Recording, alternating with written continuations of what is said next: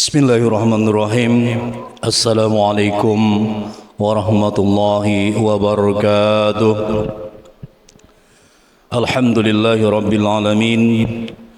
Wassalatu wassalamu ala asrafil anbiya'i wal mursalin wa ala alihi wa sahbihi rasulillahi ajma'in.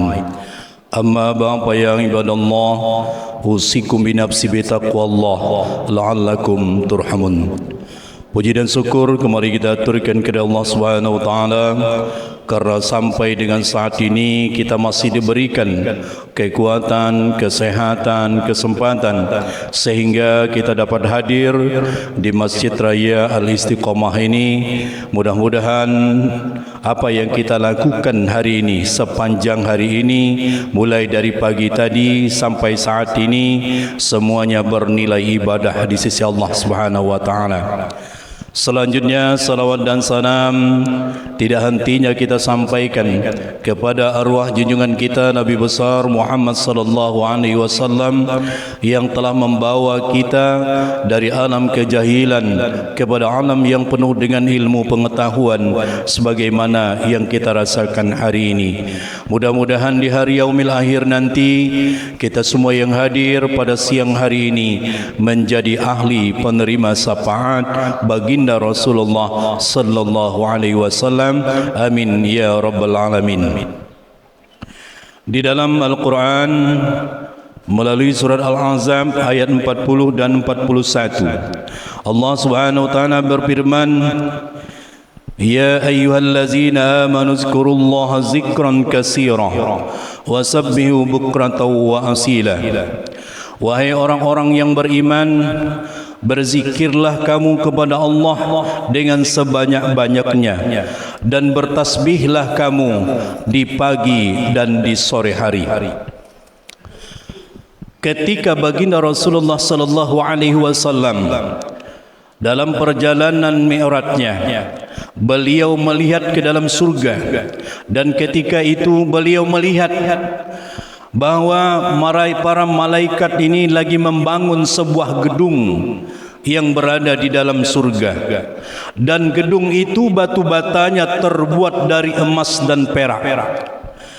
Dan kemudian para malaikat ini berhenti, maka bertanya baginda Rasulullah sallallahu alaihi wasallam, wahai para malaikat, kenapa berhenti membangun gedung ini? Maka malaikat menjawab, telah habis biaya pembangunan gedung ini dari kami. Maka baginda Rasulullah sallallahu alaihi wasallam bertanya, wahai para malaikat, apa biaya pembangunan gedung ini? Maka para malaikat menjawab, zikrullah, zikir kepada Allah Subhanahu wa taala. Nah, penting dalam hidup kita ini berzikir. Banyak-banyak kita mengingat kepada Allah Subhanahu wa taala. Baik dikala kita lagi berdiri, lagi duduk, lagi berbaring, kita ingat kepada Allah Subhanahu wa taala. Maka Al-Faqih Abu Laid berkata, ada 7 kalimat yang apabila seseorang ini memeliharanya, mengamalkannya, maka dia yang pertama, dia menjadi mulia di sisi Allah dan para malaikat. Yang kedua, Allah akan mengampuni dosanya walaupun dosanya sebanyak buih di lautan. Dan yang ketiga, dia bisa merasakan manisnya atau nikmatnya beribadah kepada Allah Subhanahu wa taala. Dan yang keempat, hidup serta matinya adalah baik baginya. Maka apakah 7 kalimat zikir ini yang dari Al-Faqih Abu Laid ini? Yang pertama, kata beliau, apabila kita ingin memulai sesuatu, maka bacalah bismillah. Yang kedua, apabila kita mengakhiri sesuatu, maka bacalah alhamdulillah.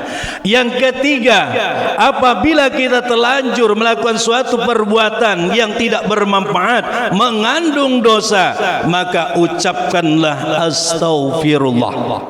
Yang keempat, Kalau kita membuat suatu janji, maka ucapkanlah insya-Allah. Yang kelima, apabila ada suatu perkara yang tidak diinginkan, tidak menyenangkan menimpa dirinya, maka ucapkanlah la haula wala quwata illa billahil aliyil azim. Kemudian yang keenam, apabila ada musibah yang menimpa, maka ucapkanlah inna lillahi wa inna ilaihi raji'un.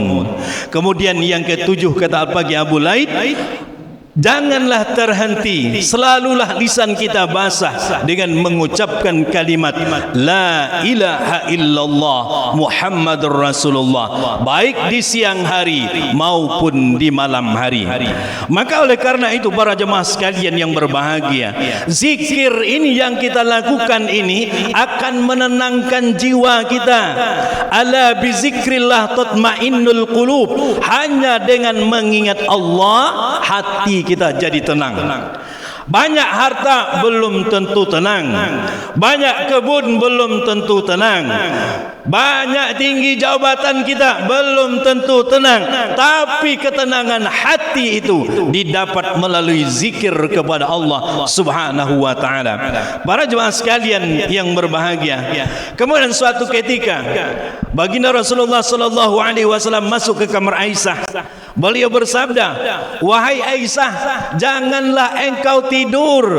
Yang pertama, sebelum engkau menghatam Al-Quran. Yang kedua, sebelum engkau membuat para kaum muslimin dan muslimat ridho kepadamu. Dan yang ketiga, sebelum para nabi, membuat para nabi memberikan syafaat kepadamu di hari yaumil akhir nanti. Dan yang keempat, sebelum engkau mengerjakan ibadah haji dan umrah. Luar biasa. Kemudian berlalu Rasulullah sallallahu alaihi wasallam.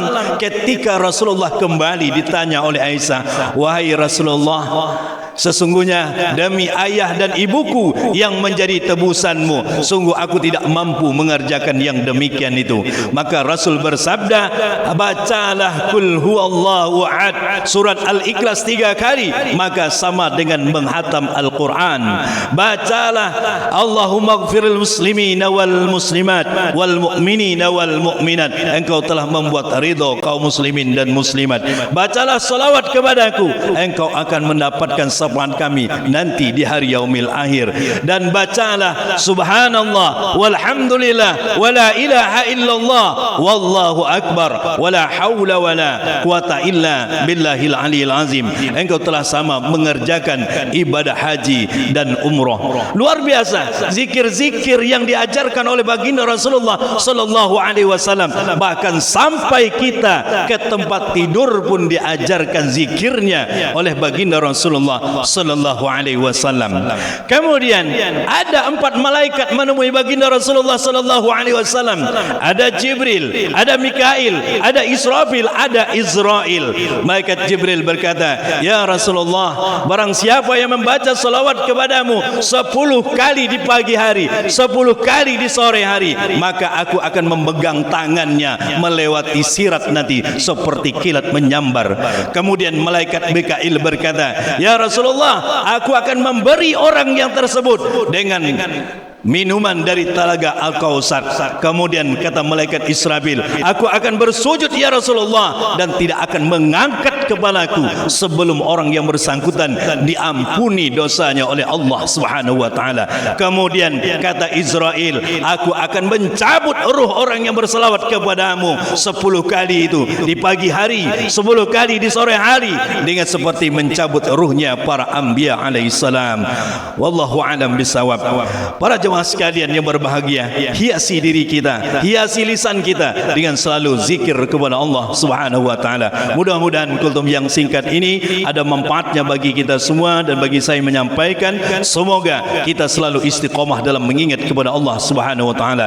Bila dan kurang mohon maaf. Billahi taufik wal hidayah. Wassalamualaikum warahmatullahi wabarakatuh.